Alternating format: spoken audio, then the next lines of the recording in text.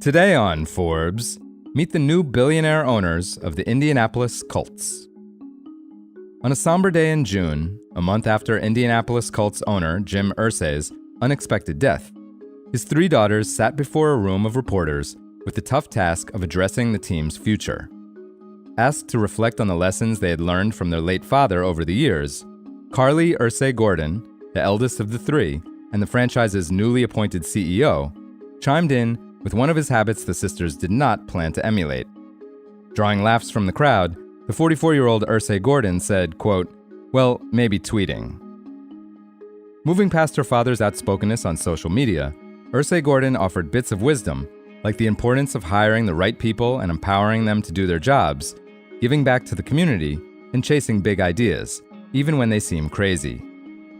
But as she sat beside her siblings, Casey Foyt, who's 42, and Kaylin Jackson, who's 38, Irsay Gordon dwelled on one point her father had repeatedly stressed: the significance of the Colts to their family. In fact, it's all they've ever known. The franchise has been run by an Irsay since 1972, when the sisters' grandfather, Robert, acquired the team for a then record price of $19 million. When he died 25 years later, a 37-year-old Jim ascended to the owner's box, ushering in an age of prosperity as the Colts, worth an estimated $227 million in Forbes' inaugural NFL team valuations in 1998, appreciated nearly 2,500% to $5.9 billion today. The run-up gave Irsay an estimated fortune of $4.8 billion at the time of his death at 65 in May. Now, control has passed on to his three daughters, a circumstance Irsay Gordon called, quote, bittersweet. The skyrocketing value of NFL franchises has placed the three among the richest female owners in sports. Forbes estimates that Irsay Gordon, Foyt, and Jackson are each worth $1.9 billion based on equal 33.3% stakes in the Colts.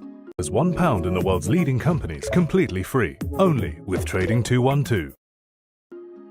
While those eye-watering numbers might make the idea of cashing out tempting, especially after a slew of record-setting minority transactions around the NFL over the past year, the Irsay heirs are proud to lead one of the league's few franchises solely under family control.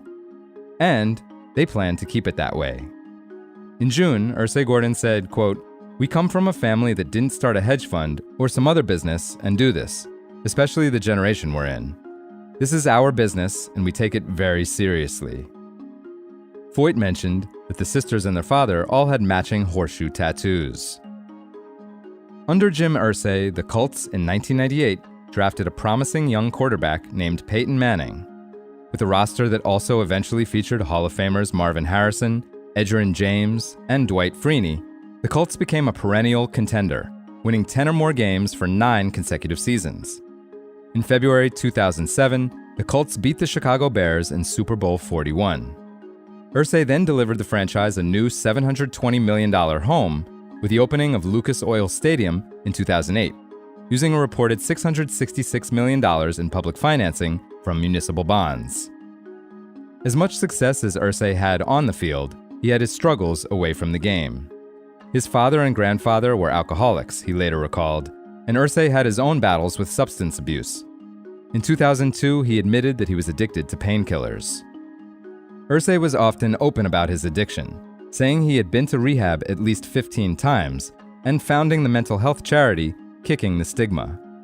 In August, 3 months after his death, the Washington Post reported that Irsay had relapsed in the last 2 years of his life, taking worrying amounts of opioids and ketamine. Foyt told reporters in June that even though Irsay's death came, quote, sooner than we thought, he had been preparing his daughters for a future in football. Long before the three sisters were publicly named Colts co-owners in 2012, they had spent countless years around the organization, with their lives always revolving around the NFL schedule. In June, Jackson said, quote, "He let us in on conversations at a very young age, and when I look back on it now, I'm kind of surprised. But he trusted us, and he knew that we understood the seriousness of this job and the responsibility that we had, and I think we'll forever be grateful for that." For full coverage, check out Justin Birnbaum's piece on Forbes.com. This is Kieran Meadows from Forbes, Thanks for tuning in.